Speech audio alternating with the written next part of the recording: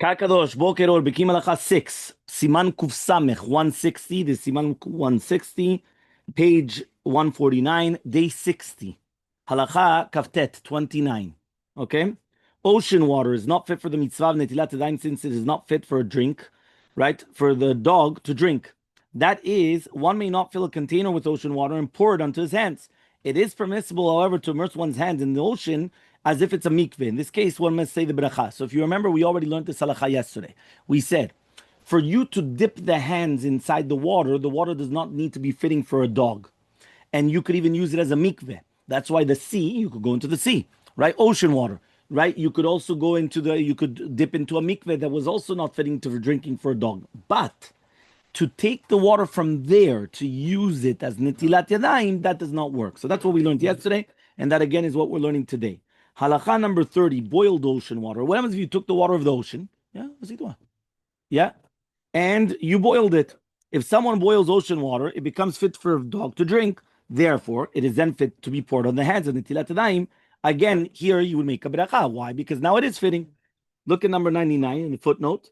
Number 99 says, the Rambam ruled in response that one may not fill a container with seawater and use it for Netilat Yadayim, but he may immerse his hands into the sea.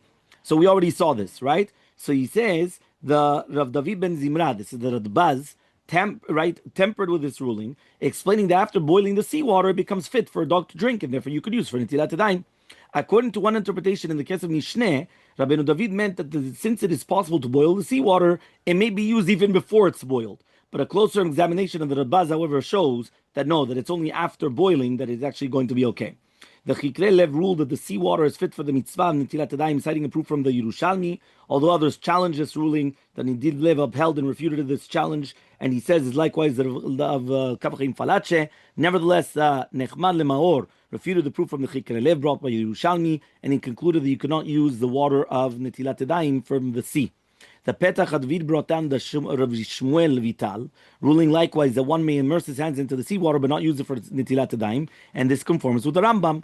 Right? The Kavachim Sofer ruled that it is preferable to immerse one's hands in the sea than to fill up the container and then boil it and then use it. He added that if it's impossible to immerse the hands in the sea or to boil the water, he says you should just use plain water for standing Netilat Yadayim, relying on those poskim who permitted it. He must not say the bracha in that case, however. Just wrap your hands, right? And then it's going to be okay. Right? 31 is talking about now desalinated water. So he says after seawater has been processed in a desalinization plant, it is fit for Netilat Yadayim. Sewage that has been processed and recycled, he says, however, is disqualified for the mitzvah. It's considered used water if sewage is poured into the ground so that it seeps through the soil down to the water table, and then again, right, the water is pumped back to the surface. It's considered natural and used water, and therefore it's going to be fit for Netilat Yadayim. This again is going to be, this is the psak of Rav Wosner.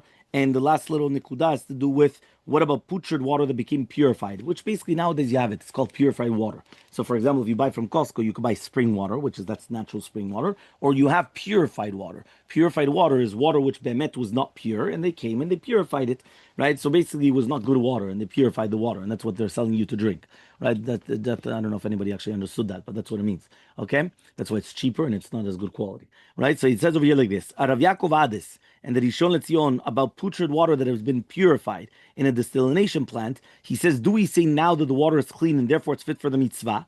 Or do we say that it's disqualified or remains in that status even after being purified? So in the handwritten responsum, he discussed this issue at length without concluding with a definite answer.